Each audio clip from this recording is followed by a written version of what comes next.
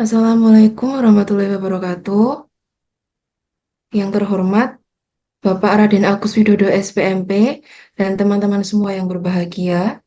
Sebelumnya, perkenalkan, kami dari kelompok 6 yang beranggotakan saya, Ananda Indah Intansari dengan NIM akhir 125. Saya Dava Yusuf dengan NIM akhir 137. Saya Rangga Warma Dewa Asadam dengan NIM akhir 129. Saya Kalian Sudrajito dengan NIM akhir 135. Saya Fadla Rana Syamsu dengan NIM akhir 136. Pada kesempatan kali ini, kami akan mempresentasikan materi tentang mekanisme penyerapan hara dan air dalam tanah.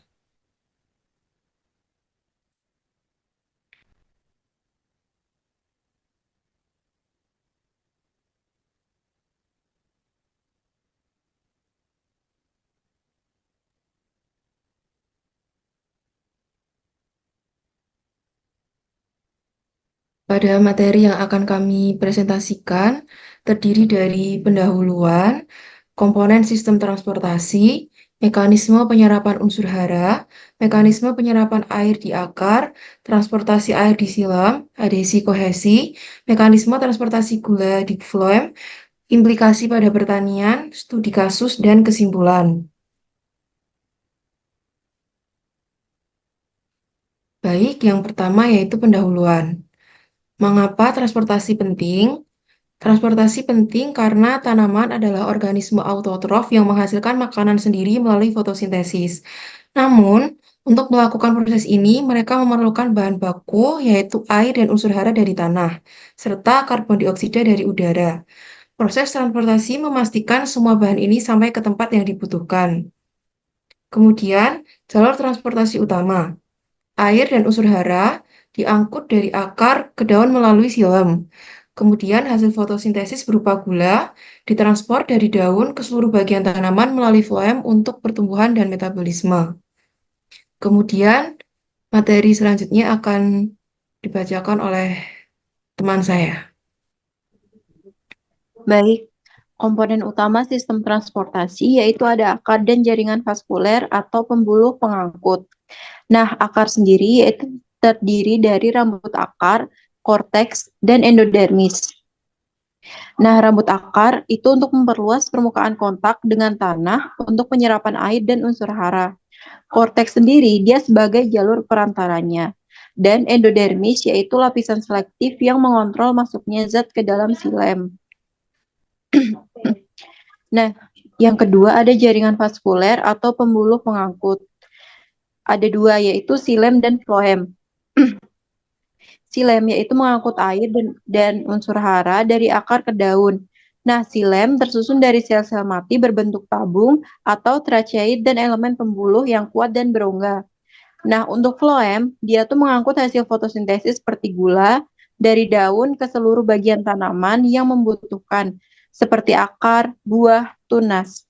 Floem sendiri itu tersusun dari sel-sel hidup, elemen tabung elemen tabung topis, dan sel pendamping.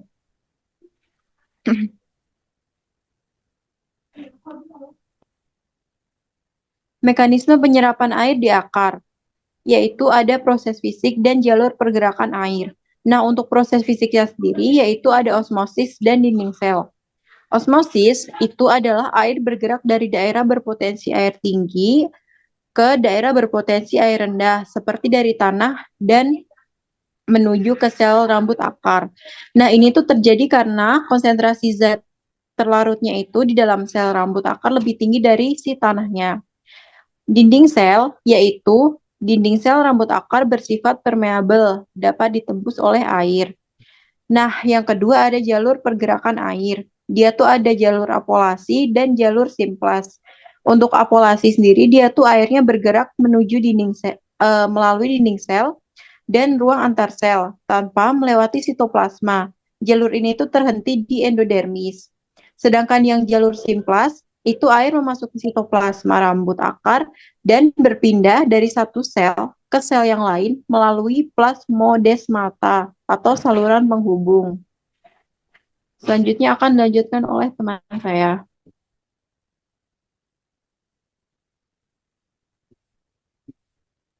Mekanisme penyerapan unsur hara. Ini ada 3, yaitu yang pertama difusi. Difusi adalah ion mineral yang bergerak dari area konsentrasi tinggi ke area konsentrasi yang rendah. Yang kedua ada transport aktif yang digunakan ketika konsentrasi mineral di tanah lebih rendah dari di dalam sel akar. Membutuhkan energi dan bantuan protein pembawa pada membran sel. Proses ini memungkinkan tanaman untuk secara selektif menyerap nutrisi yang dibutuhkan. Yang terakhir ada selektivitas. Membran sel akar bersifat selektif, memungkinkan sel untuk mengontrol jenis dan jumlah unsur hara yang masuk, untuk menghindari masuknya zat-zat yang berbahaya.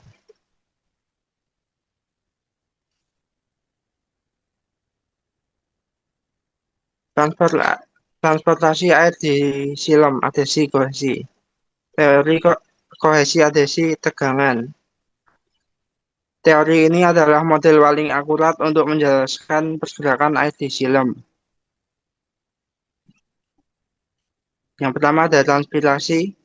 Transpirasi adalah air menguap dari stomata di daun, menciptakan tegangan gaya tarik yang menarik kolom air di bawahnya. Kohesi. Molekul air saling menempel kuat karena ikatan hidrogen. Ini menciptakan kolam air yang tidak terputus dari akar hingga ke daun. Adhesi. Adhesi adalah molekul air menempel pada dinding silem, membantu menopang kolam air melawan gravitasi. 2. Tekanan akar. Penyerapan air secara aktif oleh akar dapat menghasilkan sedikit tekanan positif yang mendorong air naik pada ketinggian rendah, terutama saat malam hari ketika transpirasi rendah.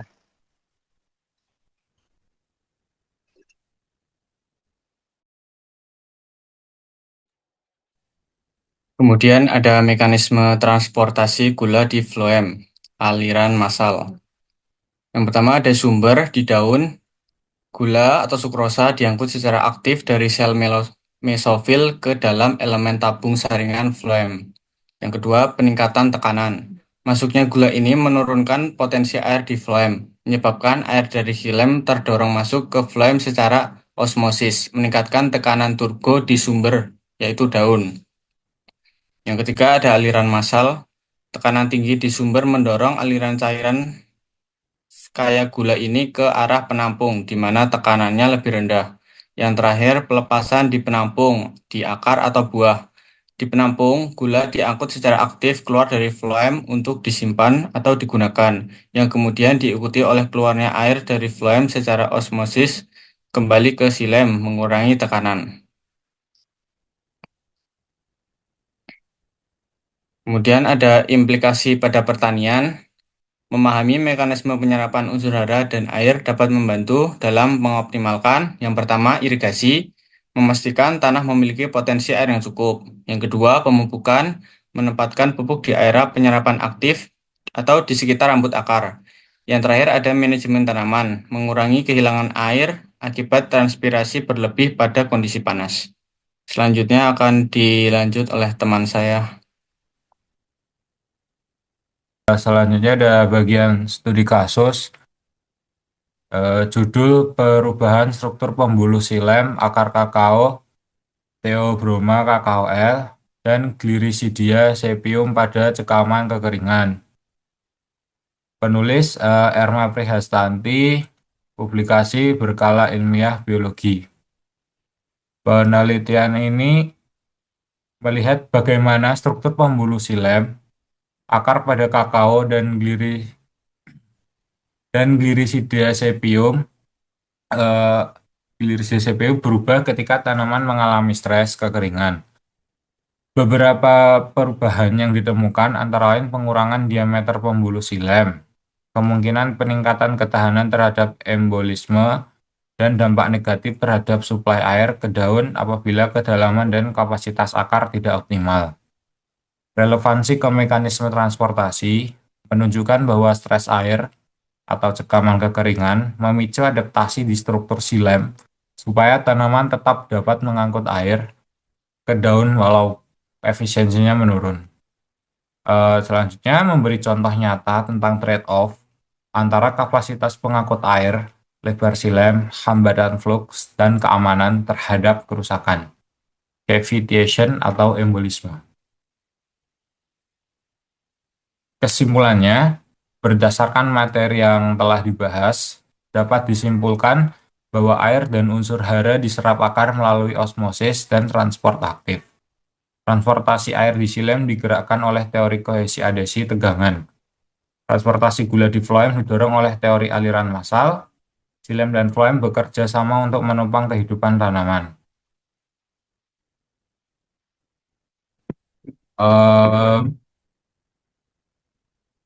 Baik, sekian dari presentasi dari kelompok kami. Kurang lebihnya kami mohon maaf dan terima kasih. Wassalamualaikum Assalamualaikum warahmatullahi warahmatullahi wabarakatuh. wabarakatuh.